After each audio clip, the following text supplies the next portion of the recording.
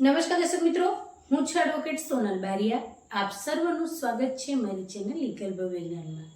દર્શક મિત્રો, હવે પછી આરટીઓના જે નિયમો છે તેની અંદર પરિવર્તન કરવામાં આવ્યું છે તે અંગેની નવી અપડેટ સાથે તમારી સમક્ષ રજૂ થયેલી છું. તો દર્શક મિત્રો, શું છે નવા નિયમો તેને જાણીએ. તો હવે પછી તમારું જે વાહન છે 4 વ્હીલર કે 2 વ્હીલર એને તમારે જ્યારે ટ્રાન્સફર કરાવવું હશે તે માટે તમારે જે પરિવહન પોર્ટલ છે તેની ઉપર દર્શક મિત્રો જે તે ઓનલાઈન પ્રક્રિયા થતી હોય છે. તો એ વાહનનું કહી શકાય કે લે વેચ કરવી હોય અથવા તો આપણે એની માટે એનઓસી મેળવવી હોય તો આવી જે પ્રક્રિયાઓ છે તેની માટે ઓનલાઈન જે પોર્ટલ છે બરાબર, એની અંદર આપણે જે નોંધણી કરાવવાની હોય છે. નોંધણી શેની?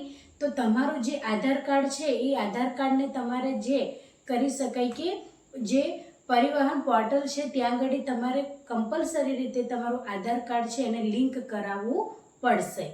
એટલે આ માત્ર ખાલી ગુજરાત પૂરતું નથી, આખા દેશની વાત છે કે જ્યાં આગળ તમારે વાહનની અંદર જ્યારે ટ્રાન્સફર કરાવવાનું હોય વ્યક્તિનું નામ, જ્યારે વેચાણ કર્યું હોય તેવા સંજોગો દરમિયાન, તો જે જગ્યાએ તમારું આધાર કાર્ડ જે પરિવહન પોર્ટલ છે ત્યાં આગળ લિંક હોય તો જે પણ પ્રક્રિયા છે વ્યક્તિની જે વાહન ટ્રાન્સફરની એ સરળતાથી થઈ શકે. એટલા માટે હવે પછી આ જે નવો નિયમ છે એ તારીખ 15 જુલાઈ 2026ના રોજથી જ અમલમાં આવી ગયેલો છે.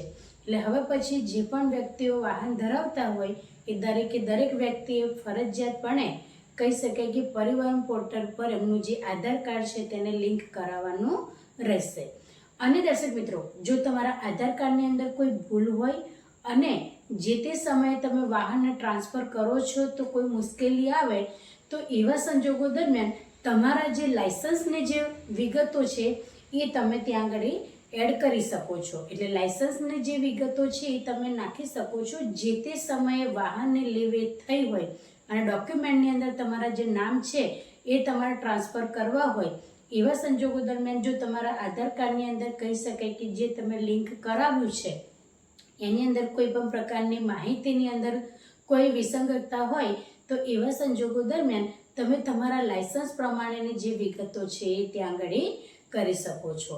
એટલે જ્યારે તમે એનઓસી લેવા માંગો છો કે વાહન ટ્રાન્સફર કરવા માંગો છો તો જે પ્રક્રિયા છે પ્રક્રિયા સરળતાથી થઈ રહે અને કોઈ અનધિકૃત કહી શકાય કે કોઈ વાહનની લે વેચ ના થાય અને જે લીગલી જે કાર્યવાહી છે તે પ્રમાણે જે આરટીઓના નિયમો છે અને વાહનને જે લે વેચના નિયમો છે એ સરળતાથી દરેક વ્યક્તિને એની અંદર રહીને જે કાર્યવાહી છે એ થઈ શકે એવા સુચારુ કહી શકાય કે આ નિયમો છે. એટલા માટે જો એક જ વ્યક્તિનું જે કહી શકાય કે જે પોર્ટલ છે ત્યાં આગળ આધાર કાર્ડ લિંક હોય તો જ્યારે વાહનની તબદીલી કરવી હોય તો આધાર કાર્ડની સાથે જે કહી શકાય કે ઓનલાઈનની અંદર જે પોર્ટલ છે ત્યાં આગળ આધાર કાર્ડ લિંક હોય તો જે વસ્તુ છે જે વાહન છે એનો જે માલિકી હક બદલાતો હોય તે સમયે જે તમારી વિગતો છે ઓલરેડી ત્યાં આગળ લિંક છે. એટલે તમારે કોઈ પણ પ્રકારના વધારે કાગળિયા કરવાની જરૂર નથી. ઓનલાઈન તમારી જે પ્રક્રિયા થતી હોય એ સરળતાથી થઈ જાય. પરંતુ જ્યારે તમારું જે આધાર કાર્ડ છે એ લિંક જ ના હોય તો એવા સંજોગો દરમિયાન તમારે મુશ્કેલી ઊભી થઈ શકે છે. અને કદાચ જો તમે આધાર કાર્ડ લિંક કરાવી દીધું અને તેની અંદર કોઈ પણ પ્રકારનો સુધારો વધારો કર્યો છે અને એવા સંજોગો દરમિયાન જો તમે વાહનની ખરીદી વેચાણ કર્યું હોય તો એવા સંજોગો દરમિયાન તમારા આધાર કાર્ડની અંદર કોઈ સુધારો થયો છે અને એની કદાચ અપડેટ ન આવી હોય તો પછી એવા સંજોગો દરમિયાન તમારું જે લાયસન્સ છે તેની વિગત પણ તમે ત્યાં આગળ દાખલ કરી શકો છો. તો દર્શક મિત્રો, આવી જ જે પણ લીગલ અપડેટ હશે એ હું મારા વિડીયોના માધ્યમથી તમારી સમક્ષ રજૂ કરતી રહું છું. તો જો તમને વિડીયો સારો લાગ્યો હોય તો તેને લાઈક કરજો અને ચેનલને સબસ્ક્રાઈબ કરજો. જય હિન્દ, જય ભારત.